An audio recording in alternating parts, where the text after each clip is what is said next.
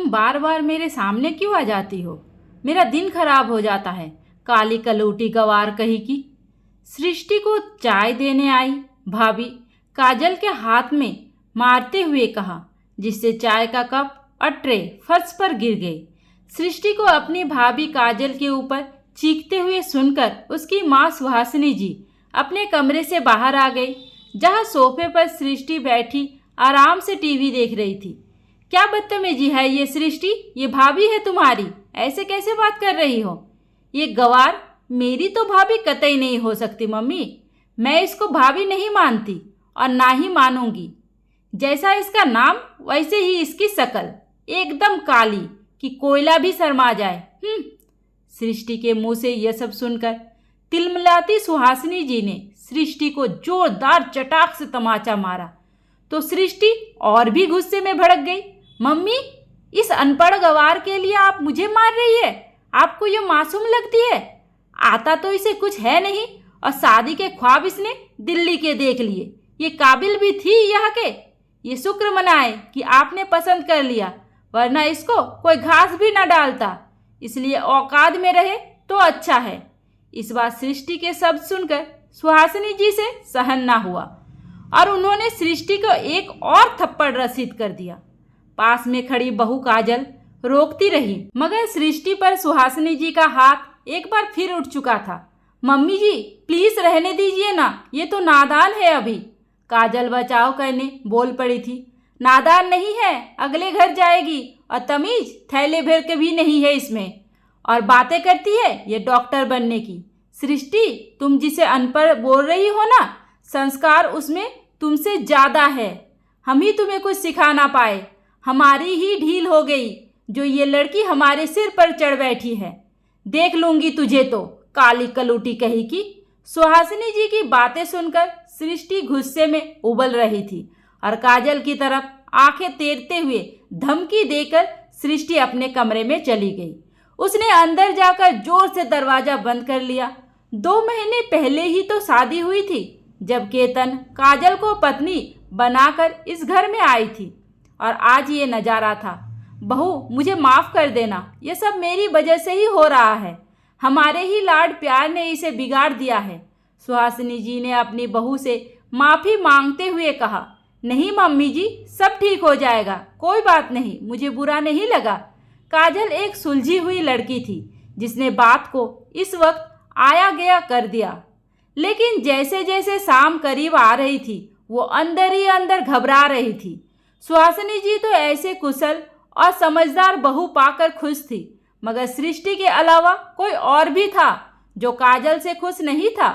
शाम के 7 बजने को आए थे और केतन के आने का समय हो रहा था। काजल ने चाय चढ़ाई ही थी कि केतन घर आ गया और ड्राइंग रूम में आकर सामने माँ को आवाज़ दी। काजल, तुम जाओ। सुहासिनी जी ने काजल को बाहर जाने के लिए कहा तो काजल शर्मा गई। मम्मी जी, बाहर पापा जी भी बैठे हैं, अच्छा नहीं लगता, आप जाइए ना। काजल के मुंह से ऐसी बात सुनकर सुहासिनी जी मुस्कुराते हुए खुद ही चली गई, जबकि काजल के बाहर ना जाने का कारण कुछ और ही था। मम्मी, मैं नहाने जा रहा हूँ, चाय कमरे में ही पीऊँगा, वही भेज देना। केतन ने माँ को देखते ही ऐसा आदेश दे दिया, जिसे सुनकर सुहासिनी जी ने आकर चाय काजल को दे दिया। अब कमरे में काजल को चाय लेकर जाना था और उसका दिल डर के मारे धक धक कर रहा था। ये घबराहट थी या फिर कुछ और था, क्योंकि काजल सोच में पड़ गई थी। कुछ देर बाद काजल ने ट्रे में चाय नाश्ता सजाया और अपने कमरे की तरफ चली गई। कांपते कदमों से उसने दरवाज़ा खोला। बेड के पास पड़े काउच पर केतन को बैठा देखकर उसने चाय उसके आगे बड़ी टेबल पर रख दी और वापस जाने लगी। रुको! केतन की आवाज़ से काजल काँप गई कि जाने अब क्या होने वाला है। धीरे से काजल पीछे मुड़ी और नज़र झुकाकर खड़ी हो गई। आज क्या हुआ था? गुस्से भरी आवाज़ में केतन ने कहा। कुछ नहीं, काजल बोलते हुए हकला गई थी। झूठ मत बोलो, मुझे सब पता है कि क्या हुआ था। तुम्हें क्या ज़रूरत थी सृष्टि के पास जाने की? केतन ने दबी लेकिन गुस्से भरी आवाज़ में कहा, जिससे कि आवाज़ कमरे से बाहर ना जाए। तभी अंदर बने स्टोर रूम से सृष्टि बाहर निकल आई। भाई ये झूठ बोल रही है, उस वक्त बहुत ज़्यादा बोल रही थी, मम्मी से मेरी शिकायत करती है ये, और खुद अच्छी बनी रहती है। सुन ले गवार, मैंने भाई को फोन पर सब बता दिया था। सृष्टि ने ऐसा कहकर हाथ बांधकर खड़ी हो गई और काजल को घूरने लगी। वो मैं तो बस चाय देने गई थी। काजल के मुंह से मुश्किल से ही शब्द निकल रहे थे। क्या जरूरत थी उसके कमरे में जाने की, जब वो तुम्हें पसंद ही नहीं करती है? केतन गुस्से में खड़ा होकर बोला। माँ ने सृष्टि को कभी गुस्से से भी नहीं देखा था, और आज तुम्हारे कारण माँ ने सृष्टि को थप्पड़ मारा। तुम्हारे ही कारण हुआ। केतन पूरी तरह से सृष्टि के पक्ष में बोल रहा था, और काजल अब डर के मारे चुपचाप खड़ी सुन रही थी। तुमने देखा है खुद को कभी? शीशा नहीं देखती क्या तुम? तुम्हें पता है ना कि तुम्हें क्यों पसंद नहीं करती है वो, फिर भी तुम इतरा कर उसके सामने पहुंच जाती हो। पसंद तो मुझे भी नहीं हो, मगर मेरी मजबूरी है। मम्मी पापा के कारण तुम्हें झेल रहा हूँ, वरना एक बात और कान खोल कर सुन लो काजल, ये मेरी मजबूरी भी तुम्हारे ज़्यादा काम नहीं आएगी। एक दिन पीछा छुड़ा लूँगा तुमसे, अगर तुमने ज़्यादा आगे बढ़ने की कोशिश की तो। केतन की धमकी से सिहर गई थी काजल। शादी के 2 महीने बाद ही ऐसे शब्द कौन सह पाएगा, इसलिए काजल आंखों में भरे आंसू लेकर जाने लगी तो पीछे से फिर केतन की आवाज़ आई, और हाँ एक बात और, अगर माँ से कुछ भी कहा तो खैर नहीं तुम्हारी। अब जाकर थोड़े पकोड़े भी बनाकर ले आओ, सृष्टि को खाने हैं।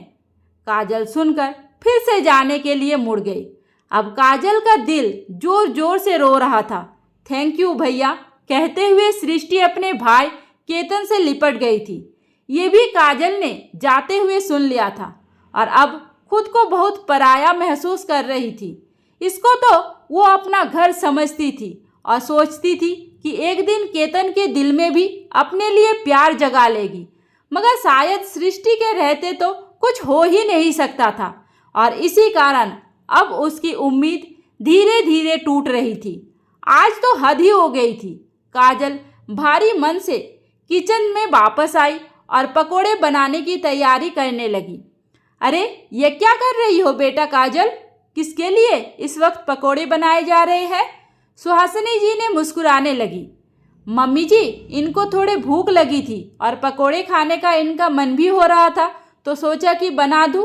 काजल अपने मन का दुख और अपने आंसू छिपा गई थी और मुस्कुराकर सास को जवाब दे रही थी। अपने रिश्ते की सच्चाई उसने अभी तक किसी को न बताई थी। अपने माँ से जो सीखा था उस पर ही चलने की कोशिश कर रही थी। थोड़ी ही देर में काजल ने पकोड़े ले जाकर केतन के कमरे में पहुंचा दिए और थोड़े ससुर जी को भी दिए, तो वो बहुत खुश हुए। बहू हो तो ऐसी। सुहासिनी, तुमने काजल को घर में लाकर हमारा तो जीवन सुधार दिया, वरना ये नालायक तो जाने क्या ले आता। मगर ये अच्छाई केतन को नजर नहीं आ रही थी। 2 रिश्ते अपने इस रंग की वजह से काजल ने खो दिए थे, जिसके लिए वो अफसोस भी करती थी। कालापन कम करने के लिए फोन पर क्रीम सर्च करती रहती थी, जिससे इसके रिश्ते में प्यार आ जाए। रंग वर्ण का भेदभाव हमारे देश में बहुत किया जाता है। सबको बहू गोरी और सुंदर चाहिए। कितनी बार देखा गया कि गोरी बहुओं ने सास ससुर को कहीं का नहीं छोड़ा। सुहासिनी जी बहुत समझदार थी और काजल को पसंद करके उन्होंने अपनी दूरदर्शी सोच का उदाहरण पेश किया था। उन्होंने काजल के गुण देखे थे और रंग को अनदेखा किया था, मगर केतन के अरमानों पर पानी फिर चुका था। विवाह के समय भी उसने काजल नापसंद थी, क्योंकि वो किसी सुंदर लड़की से प्रेम करता था और उसी से शादी करना चाहता था, मगर अपने आर्मी से रिटायर्ड पापा के आगे कुछ न बोल पाया था। सृष्टि का रवैया काजल के साथ दिन ब दिन बिगड़ता जा रहा था, मगर काजल जाने कौन सा सब्र रखे हुए थी कि एक दिन काजल ने सृष्टि के छोटे कपड़े को लेकर हल्के से कह दिया, ये ड्रेस कुछ ज़्यादा छोटी नहीं है। काजल ने यूं ही कह दिया था। वो ये नहीं जानती थी कि सृष्टि बात का बतंगड़ बना देगी। तुमसे किसने पूछा? गवार कहेगी, बड़ी आई बीच में बोलने वाली, मेरी लाइफ में इंटरफेयर करने की हिम्मत भी मत करना। सृष्टि ने उसे इस तरह धमकाया था कि वो भाभी नहीं, एक छोटी बच्ची है। काजल ने अपनी सास से कुछ नहीं कहा और चुप रह गई। शाम को केतन के आने पर सृष्टि ने शिकायत कर दी और केतन ने काजल को खूब भला बुरा कहा। मैंने तो बस यूं ही, काजल ने बोलना चाहा तो केतन ने एक चाटा काजल के गाल पर रख दिया। कितनी बार कहा है कि अपने काम से काम रख, लेकिन नहीं, इस काली कलूटी को तो हर जगह अपनी नाक घुसानी है। इतना कहते हुए केतन काजल का हाथ पकड़ा और गेट के बाहर ले जाकर खड़ा कर दिया। खबरदार जो अंदर आई तो अब कहीं भी मर, लेकिन यहाँ मत आना, केतन ने कहकर दरवाजा बंद कर लिया था। आज ऐसा करने से केतन को रोकने वाला भी कोई नहीं था, क्योंकि कर्नल साहब सुहासिनी जी के साथ किसी फंक्शन में गए हुए थे और तभी केतन की हिम्मत इतनी बढ़ गई थी कि बाहर खड़ी काजल रोए जा रही थी। इतनी बेइज्जती कैसे सहती? उसका दिल बेतहासा हो रहा था। धीरे धीरे काजल बाहर उठकर आगे बढ़ गई और रात के 11 बजे सुनसान सड़क पर अकेले जाने लगी। चलते चलते बस स्टॉप पर जाकर अपनी घर की बस पकड़ ली। रात को आकर सुहासिनी जी ने काजल के बारे में पूछा। उन्हें लगा कि सो गई होगी। अगले दिन जब उन्होंने काजल को आवाज लगाई तो केतन ने कहा वो नहीं है। नहीं है मतलब? कहाँ गई? भैया ने उसे बाहर निकाल दिया। मम्मी, वो काली गवार औरत भैया के लायक ही नहीं थी। शर्म आती थी मुझे अपने दोस्तों के आगे उसे अपने भाभी कहते हुए, और भैया ने तो कितनी बार अपने ऑफिस वालों के सामने भाभी को अपनी नौकरानी बताकर बात को टाल दिया था। अगर उन्हें पता चल जाता कि ये काली कलौटी गवार भैया की पत्नी है तो उनकी क्या इज्जत रह जाती अपने दोस्तों के सामने। अच्छा है निकाल दिया। सृष्टि बेशर्मी से बोली तो सुहासिनी जी अबाक खड़ी रह गई। केतन, क्या बोल रही है ये? तुमने ऐसा किया क्या? सुहासिनी जी यकीन नहीं कर पा रही थी। हाँ मम्मी, ये सही है, लेकिन उसे वापस लाने की बात भी मुझसे मत करना अब, और ना ही आप उसको फोन करोगी। पीछा छुड़ाकर मैं खुश हूँ। सुहासिनी जी से आज बर्दाश्त नहीं हुआ और खींचकर एक तमाचा केतन के गाल पर जड़ दिया। बेशर्म, तुझे शर्म नहीं आई ऐसा करते हुए? और गुस्से में दंदनाती हुई कर्नल साहब को सब कुछ बताने चली गई और उन्होंने आनन फानन में काजल के घर फोन किया तो पता चला कि काजल घर पहुंच चुकी थी। केतन, यही सिखाया था हमने तुम्हें कि इतनी रात एक लड़की को घर से निकाल दो? सूरत तो देखी तुमने उसकी, पर दिल नहीं देखा। ऐसी नेक लड़की अब चिराग लेकर भी ढूंढोगे तो नहीं मिलेगा। पापा, आपने कभी मेरी पसंद पूछा ही नहीं। मुझे नहीं पसंद थी वो। दोस्तों से बताने में भी शर्म आती थी। कभी फोटो तक नहीं अपलोड किया उसका मैंने। अब आप मुझसे कुछ मत पूछिए।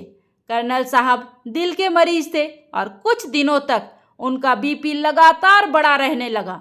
सुहासिनी जी उनका खूब ख्याल रख रही थी, मगर सेहत में सुधार नहीं हो रहा था। वो दिन ब दिन कमज़ोर होते जा रहे थे। काजल के घर पर अब कोई उनसे बात करने को तैयार ना था। बस एक बार उसकी माँ ने ये कहकर फ़ोन काट दिया था कि जब आपका बेटा ही नहीं चाहता तो हम दोबारा बेटी को उसकी खरी खोटी सुनने नहीं भेज सकते। उसके बाद कभी किसी ने फ़ोन नहीं उठाया। बेटी का घर उजड़ा था, ये कैसे एक बाप को सहन हो सकता था?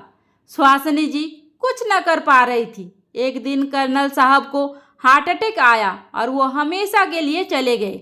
सुहासिनी जी सृष्टि और केतन से कटी कटी सी रहने लगी, क्योंकि इसका जिम्मेदार वो इन दोनों को ही मानती थी। सुहासिनी जी के दिन कर्नल साहब और काजल को याद करते बीतते थे। सृष्टि अपने जीवन में मस्त थी, जिसमें उसने अपने भाई को भी लगा लिया था। सुहासिनी जी ने उससे तो कुछ कहना सुनना ही छोड़ दिया था। 2 साल बीत चुके थे, मगर सुहासिनी जी अब मौन रहने लगी थी। केतन ने अपनी माँ का मन बहलाने के लिए शिमला की 3 टिकट बुक कर ली। उसे लगा कि सुहासिनी जी कुछ घूमेगी फिरेगी तो उनका मन ठीक हो जाएगा। शिमला जाकर केतन ने माँ और सृष्टि को एक कमरा दिलाया और खुद अलग कमरे में रुक गया। अगले दिन तीनों लोग शिमला की कई जगह पर घूमने गए। शाम के समय सृष्टि को वहाँ का चर्च देखने का मन हुआ, जिससे सभी लोग वहीं पहुँच गए। अच्छी खासी बर्फ पड़ी हुई थी। जिसमें सृष्टि खूब खेल रही थी। अचानक खेलते खेलते सृष्टि का पैर बर्फ में धंस गया। जितना निकालने की कोशिश कर रहा उतना ही नीचे धंसता गया। किसी तरह से बर्फ को खोदकर उसे बाहर निकाला गया, मगर अब सृष्टि चल नहीं पा रही थी और दर्द के मारे बेतहाशा चीख रही थी।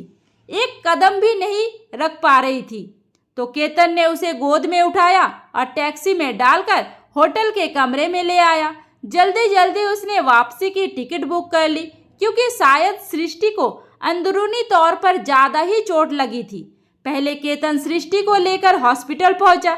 उसे वहां जाकर पता चला कि डॉक्टर तो आज छुट्टी पर है, तो उसने वहां रिसेप्शन पर किसी और ऑर्थो के डॉक्टर के बारे में पता किया।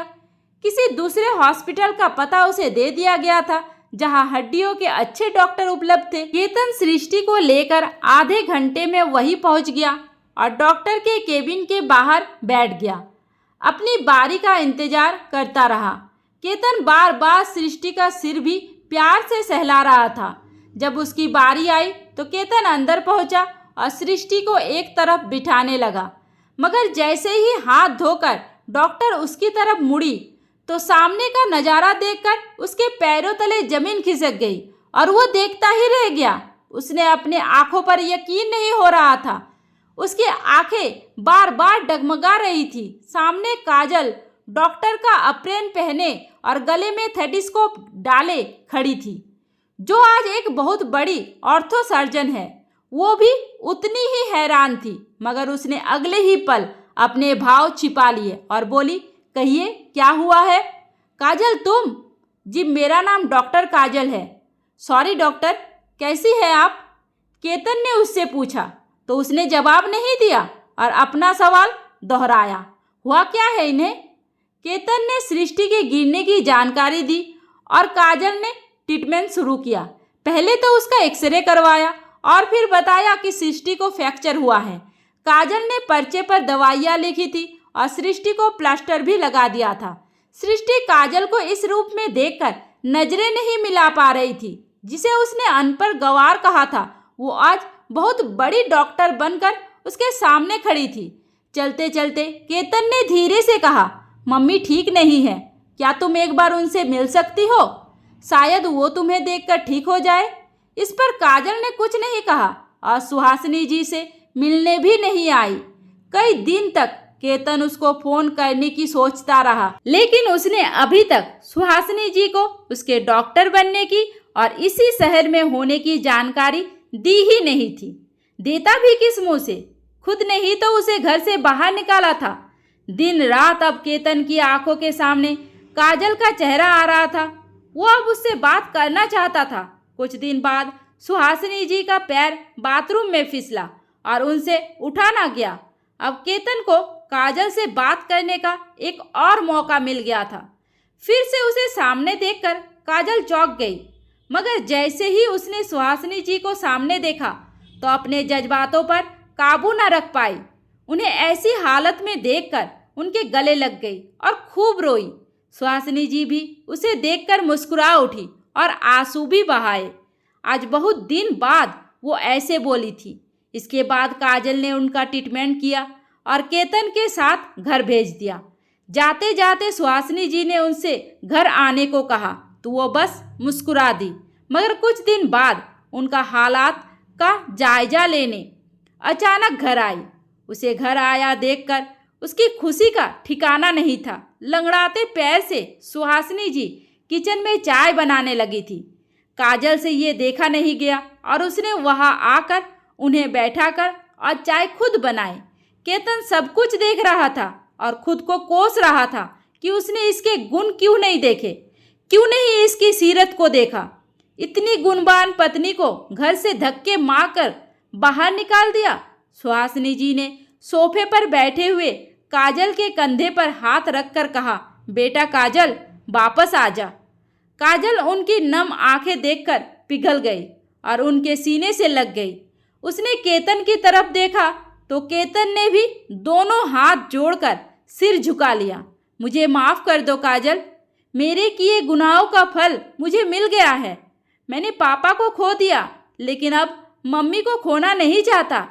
सुहासिनी जी ने भी काजल के आगे हाथ जोड़ लिए। प्लीज़ काजल बेटा, तुम वापस आ जाओ। काजल ने उनके हाथ पकड़ लिए और माफ़ करने के अंदाज में सिर हिलाया। रोते रोते उसने वापस आने की स्वीकृति भी दे दी।